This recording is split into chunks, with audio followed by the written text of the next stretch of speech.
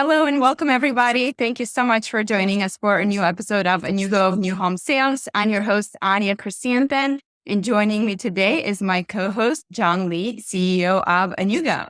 Hey, guys. And we're excited to introduce our new friends from overseas, all the way from England. We have Konrad and Andrea joining us from Conveyo. So welcome to the show, guys. We're excited to have you on today. Thank you very much. Thanks for having us. Thanks very much. Super excited. So we'd like to kick things off by giving our listeners a little bit of an introduction and a backstory of who you are. So Konrad, we'll get started with you first, if you don't mind giving us your life story and how did you ended up where you are today and what is it that you guys do at Conveyo? So in a nutshell, I'm a M&A and finance lawyer, and I was engaged in a lot of large property transactions from the legal side, advising investors and giving legal advice. I then later on went on the risk management side of M&A and property transactions when I decided there must be a way to conduct these transactions more efficiently. And I then joined a VC-backed incubator program where I met Andrea. We decided together that by combining our legal and our tech expertise, we're in a good position to change the way these transactions are happening today.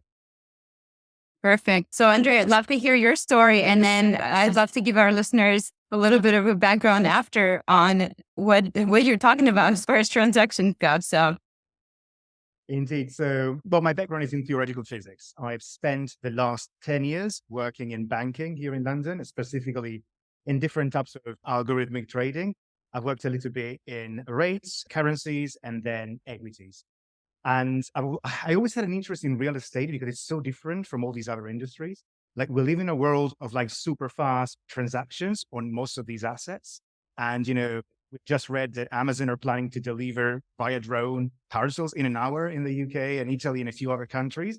And still buying and selling homes in most of the Western world takes about 6 months, which is nuts, right? So I got very curious about why that is and what makes real estate so different from all these other sort of assets. And so it happened that at some point I got a bit bored of banking and I wanted to sort of venture out on my own to see what was there in that space, and which is when I joined Antler and the VC startup accelerator that Konrad mentioned. And I teamed up with Konrad. So we kind of were both gravitating and sort of around this real estate space with some ideas, and everything we wanted to try, whether the investment route or the buying and selling route, pointed to the fact that the process is so broken with all these separate real estate verticals. It's so inefficient. And so we wanted to basically start attacking that together. So when I was on a pre-call with Konrad, you explained to me a little bit about how long it takes the transactions in England, which I was actually floored because I thought that, okay, that sounds like a third world country, really, because I thought, okay, in Haiti or someplace where, you constantly have some kind of a governmental upheavals or, natural disaster that all the records get suddenly wiped out, then it takes, a year for a transaction to close. So give us a little bit of a background on what the process looks like and how are you trying to solve that? Yeah, Anya, I remember our conversation, and you're very right. The process in the UK is broken. So the average time for buying and selling properties is now 30 weeks, starting from the moment a sale is agreed. So yeah, as an agent, you host the viewings and then an offer is made and accepted. And from that moment on, it takes 30 weeks for a buyer to actually complete the transaction. And that's extraordinary. And because of the length of this transaction, many transactions never make it over the finish line. Actually, 30% of all transactions fall through, meaning after an offer was made, the transaction does not go ahead. And the reason is that for a long time, during these 30 weeks, the process is not legally binding. So there are no penalties for breaking the process, for stopping it, neither for the seller nor for the buyer. So each party can just go their ways without being penalized for it. Now, what is the reason? Why does it take so long?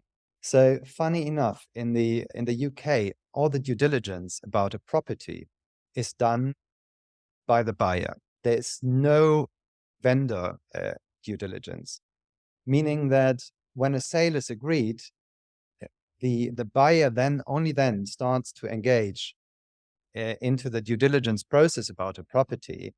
They start to obtain the searches that contain a lot of information, starting from radon risks over flood risks, over developments in the area that could affect the value of the property, like a landfill or something like that. And for many of these searches, there's a waiting time attached. So the solicitors, typically in the UK, you would get 2 solicitors and 1 on each side to conduct a property transaction and register information, all these entries, but it will take them some time. And by the time you have a full picture, a lot of time has passed. And very often that is a moment when people's hearts and minds have changed as well. As a buyer, often they continue searching for another property, and yeah, that is a really broken process. And also, especially true of this present moment we live in, the market has moved. It takes just a few weeks for a different property market to be more appealing than the one you're currently thinking of buying in. Yeah, and we've seen that with the interest rates currently, right? There was such a hike in interest rates that many people suddenly couldn't afford the property anymore they were planning to buy, or were afraid they couldn't, and therefore then did not continue with the transaction. And so if you think about it, this is something that not many people consciously think of when they think of property transactions, but the whole process is divided pretty much into 2, right? You've got the marketing side, where the realtor is looking for a buyer, then an offer is agreed, and then you got a second leg, which is all the sort of where all the legal work happens, right? Now, the first bit is the bit that is sensitive to the economic climate and the markets and so on and so forth. We know that when we're at the bottom of a cycle, it takes a long time to find a buyer. So sloth in that respect is expected. But the second leg is completely process, right? So the transaction, the formalities should be always pretty standard. And surprisingly, that is not the case, because as Konrad just described, especially in the UK, there is a lack of communication, lack of information, and as a result of that, lack of trust and transparency. Because the moment something is discovered that had not been disclosed prior to the buyer coming to bid on the property, and they start asking, oh, why did I not know this when I made an offer? And all of a sudden, they start questioning the professionalism of everyone involved, whether they had hidden agendas, and before you know it, they're nitpicking, and you're into mistrust hell, to put it that way. Which I can. to the time, right? Because it adds many more weeks of work. So I have a couple of questions. I often find that the name of the company defines who they are and what their services are. So can you explain why you came up with the name Conveyo.io? And the second thing is, what solutions are you offering to solve all these problems that you just outlined? Yes, sure. So the first one is an easy one. The process of transferring legal title is called conveyancing in the UK. So that was the basis for our name, Conveyo. Now, what solutions are we offering? We're doing a lot. So a lot of the current process is paper-based.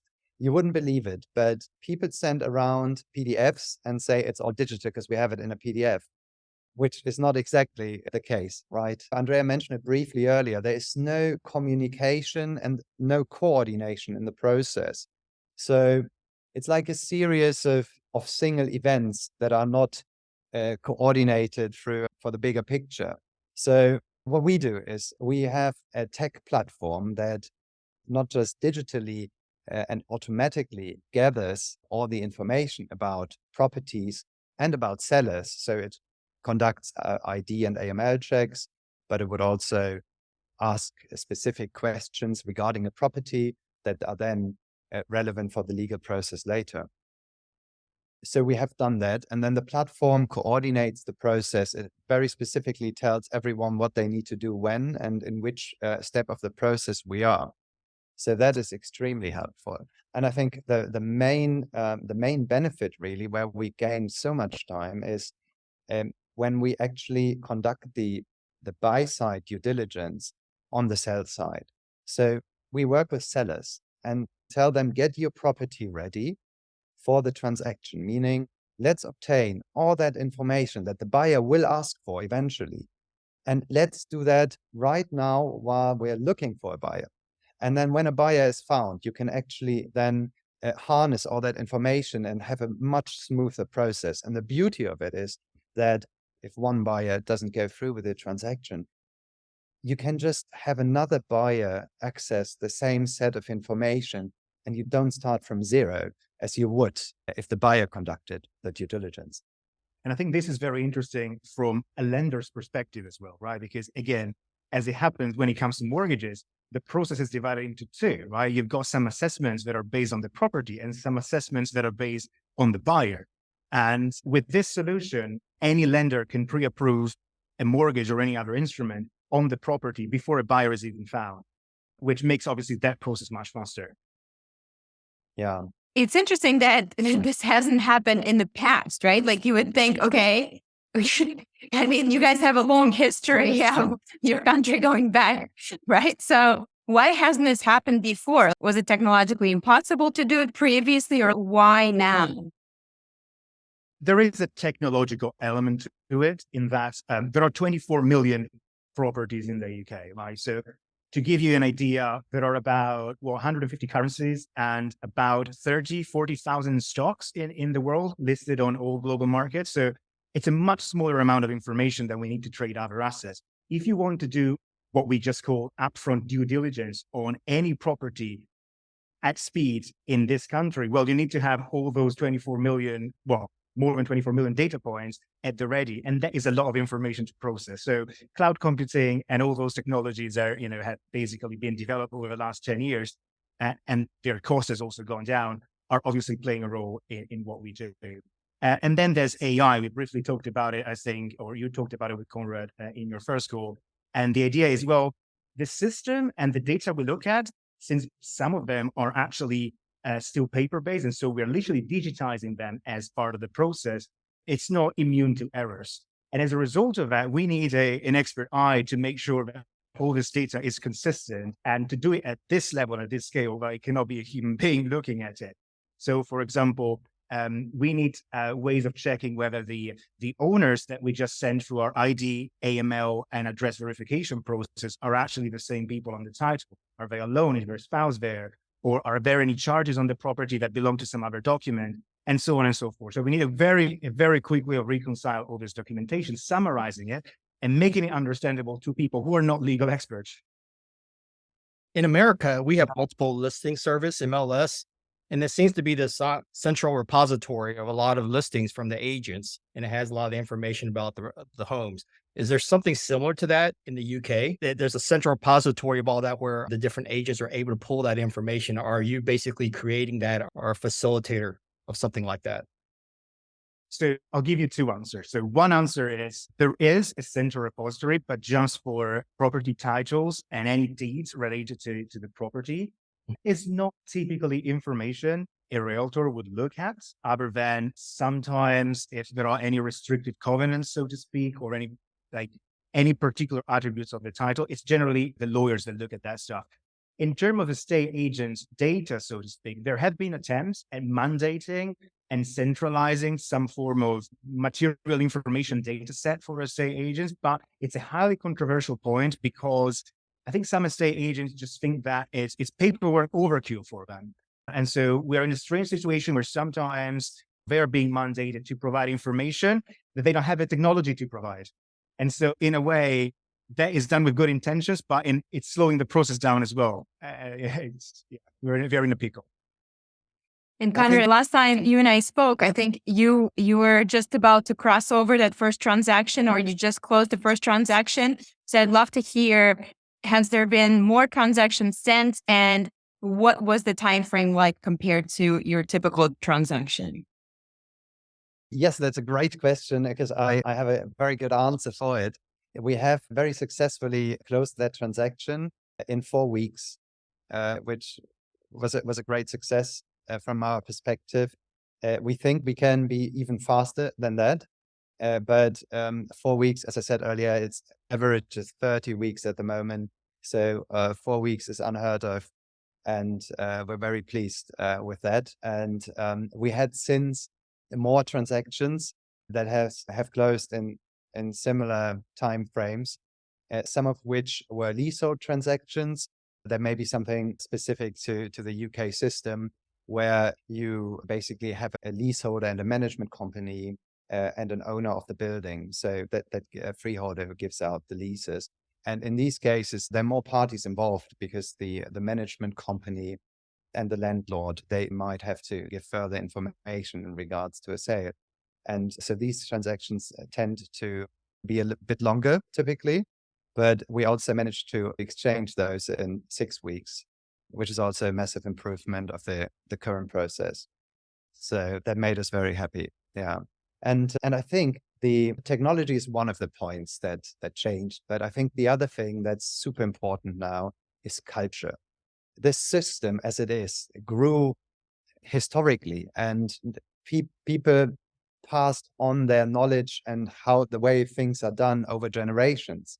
But no one has ever really asked themselves, is there a better way to do? And if they did, and the government tried about 10 years ago to introduce a system where upfront information is used, but that didn't go through because of so many conflicts of interest and because the cultural shift wasn't there. But we can really feel now that we all use data all the time, and we know data isn't biased, right? At least property data. I know it's different when it comes to AI. There can be biases there, but the property data isn't biased. And if we obtain it on the sell side instead of on the buy side, that doesn't change the data, right? It's data of the property, and this preconception that it has to be done on the buy side because it is used by the buyer and then it's more trustworthy.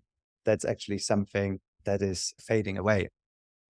And Konrad actually makes an excellent point in that part of the reason why the industry is stuck, not just in the UK, but I think in many European countries and probably beyond that, is that the industry oftentimes seems to be waiting for the government to legislate on that specific problem.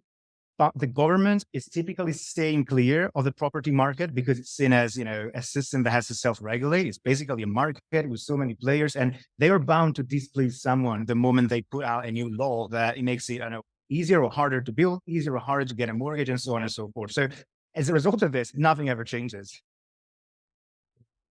I would have thought that would be kind of a government responsibility to step in and do something like that. And it totally makes sense to do all this due diligence up front, right? Just like I used to be a realtor back in the day.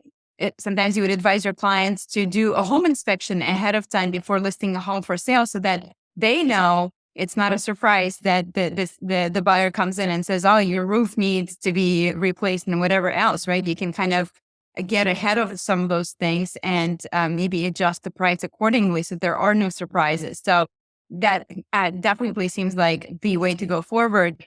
And just so we're clear, it seems that the longer time frames, it seems to apply to existing properties only, right? It doesn't seem to be the case for new construction in England. Is that correct? When it falls under developer builder, it is a bit of a different process from what I understand. Is that right? That is right. Yeah, that is true. The buying properties directly from the developer is a much more streamlined process. It hasn't always been, but then companies started to modernize and streamline that process, similar to what we're doing now with secondhand properties. It's funny because it's almost backwards in US.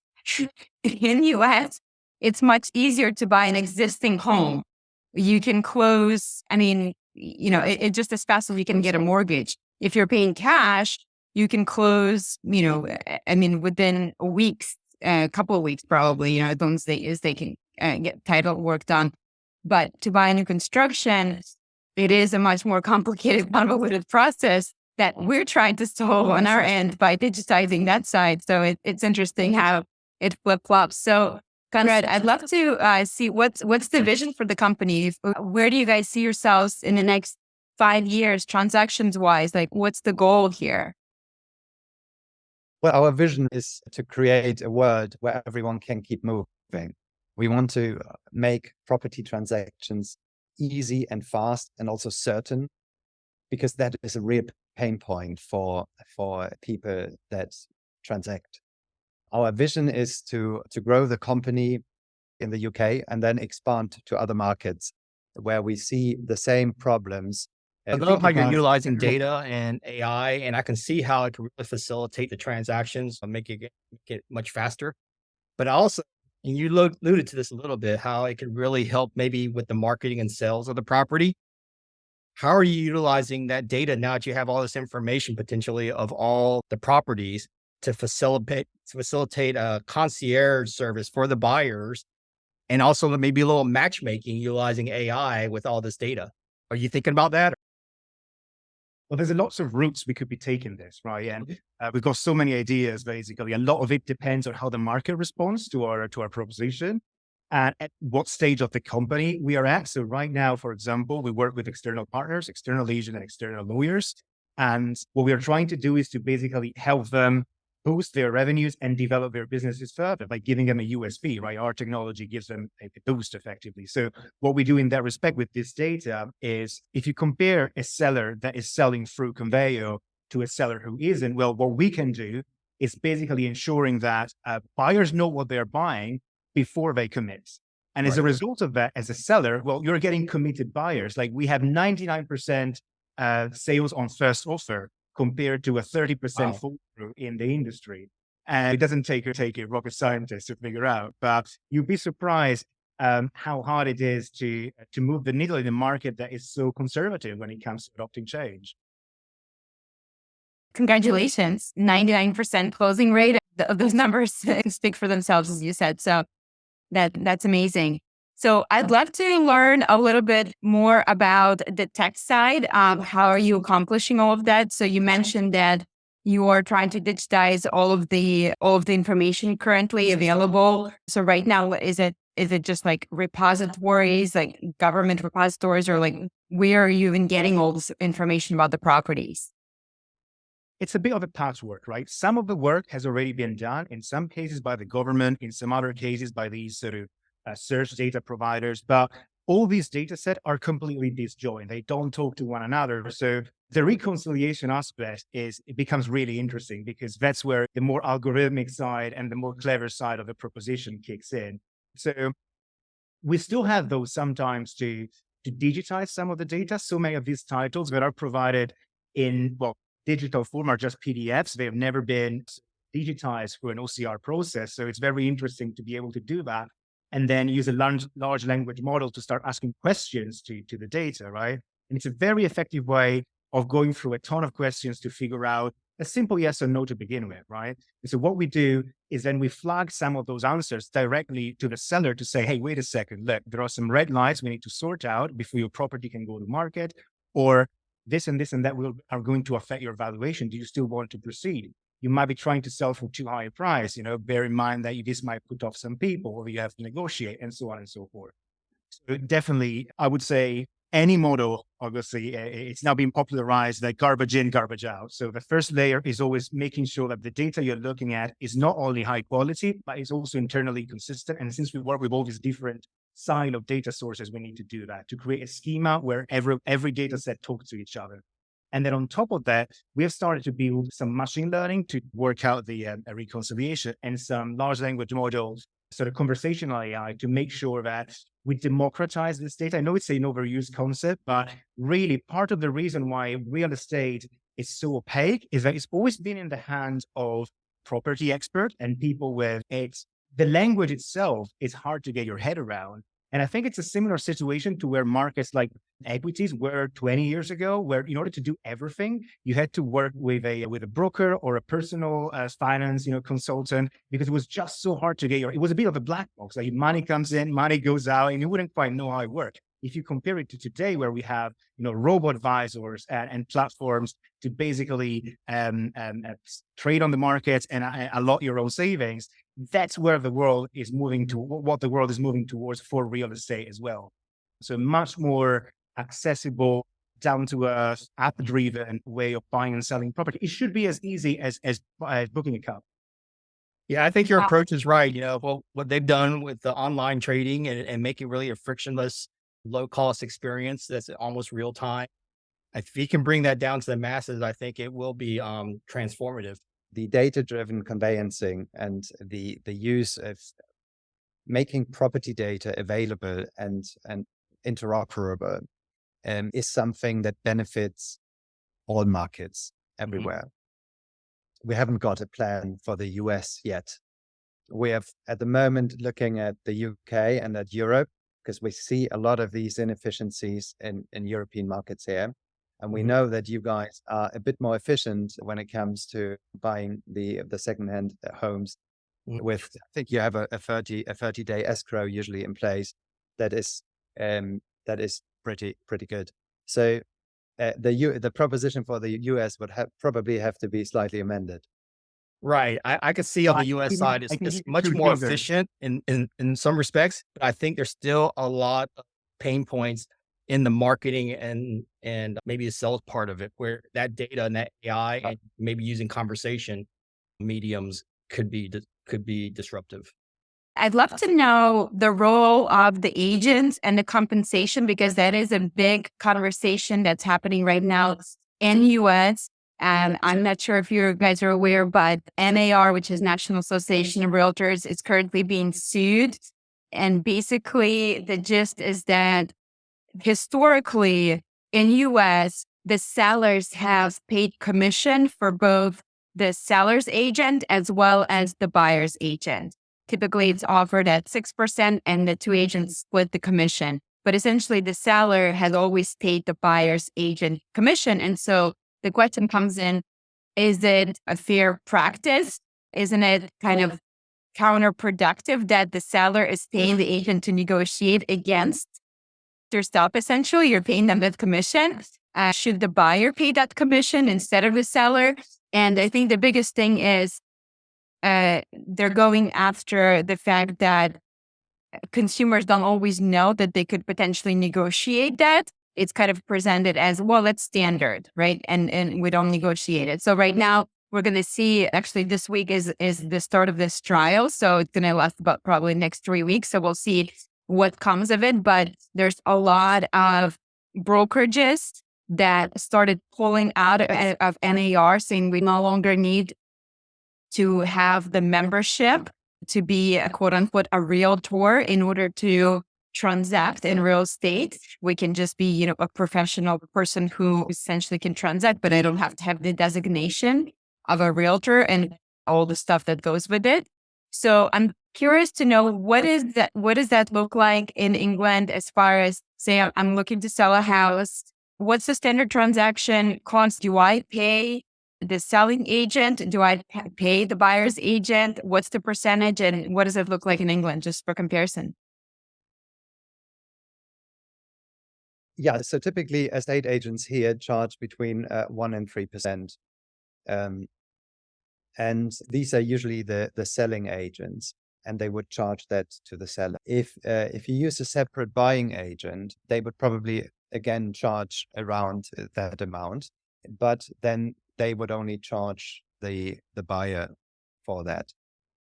So I read a lot about it in the press, lots of articles, and saying this could end the way realtors worked in the US for a long time, and a multi-billion-dollar industry being affected. So big waves coming from the US in that respect.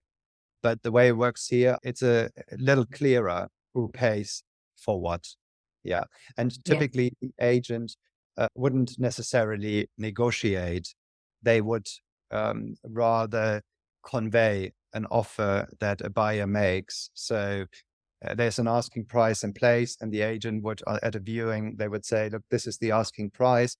If you want, you can put an offer in that is lower, and I will convey that to the seller to see if they want to accept that. Yeah, I noticed on your website, you're offering a no haggle process, which is kind of similar to what you just described there, which is very unusual because normally on this side of the pond, there's a lot of negotiations and maybe even a conflict in negotiation when the buyer's agent is being paid by the seller. So tell me about your no hassle process Yeah, so that's actually a very good point, and I loved you used the word concierge, and that really hits the spot because we really want to take the pain away from property transactions. Many people find them scary because they bid or pay. You don't do it all the time. You do it once or twice, maybe a few more times during your life, but it feels like the first time.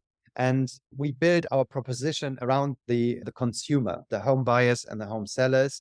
And we really want to take the pain out of their transaction. And to do that, we have, first of all, digitized a lot of the current process, but also have added explanatory notes to the process. We sort of guide them through it, and they always know where they are in the process. So that takes a lot of the pain away.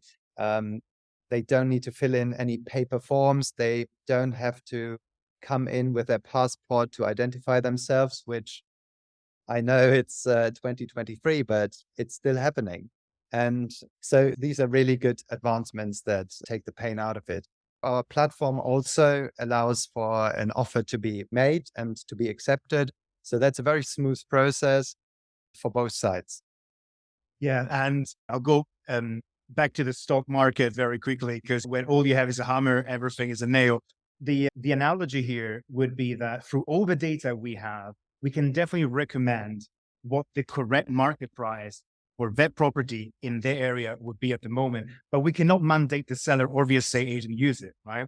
So we can make sure at least that they have an impartial third party bit of information that advises them the correct way, but we cannot enforce that they're going to use it. Yeah, it's almost like I use E-Trade, and there's consultations on there of what the stock price should be, and then it's up to the buyers to accept that price or purchase it. If you can make it that transparent and that efficient, then I can see how it can really facilitate sales at a fair price on both sides. You guys can be the Zestimate for this year, right? That's right. Providing new Zillow. Yes. And something, to be honest, something that came to mind a few minutes ago, Anya, when you were asking about the US market, if you take a Jeff Bezos perspective and you think about the customer journey, forget about all these legal details, etc. Right. There is still nowhere in the world a comprehensive, easy, simple, cost-effective, end-to-end, user-centric property transaction journey. Like there is no Uber for buying and selling property, no Robinhood.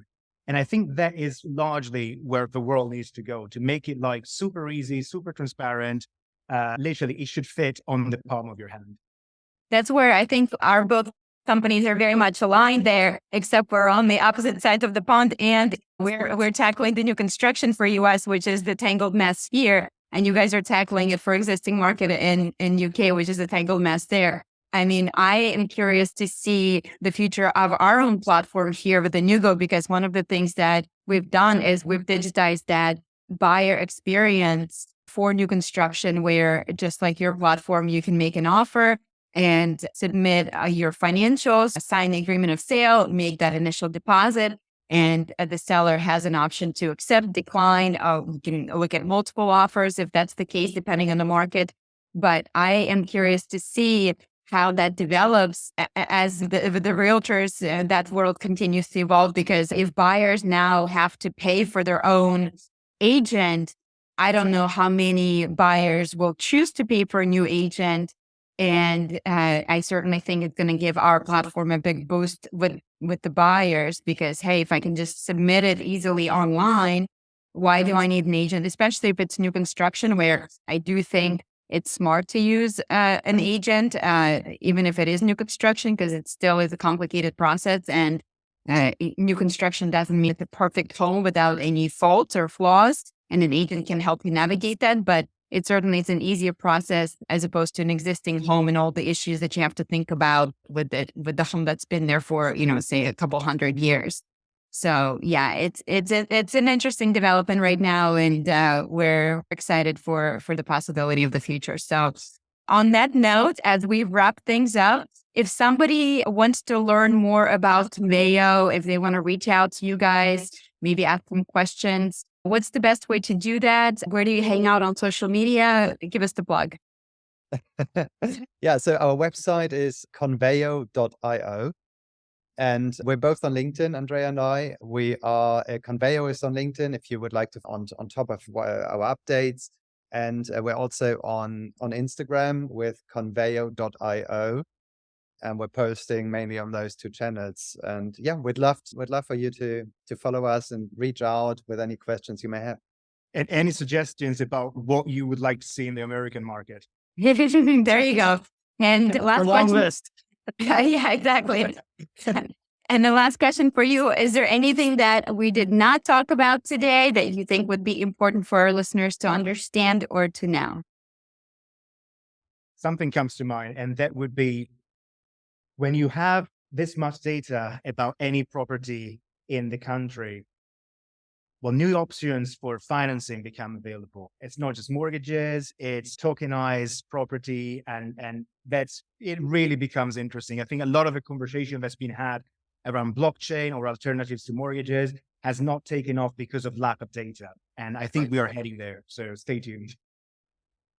Yes, I'm very excited to see where you guys end up in the next few years. We'll definitely have to do a follow-up episode as you have a few thousand transactions under your belt. Although I don't know do you know roughly how many transactions you have in England per year in like a normal market?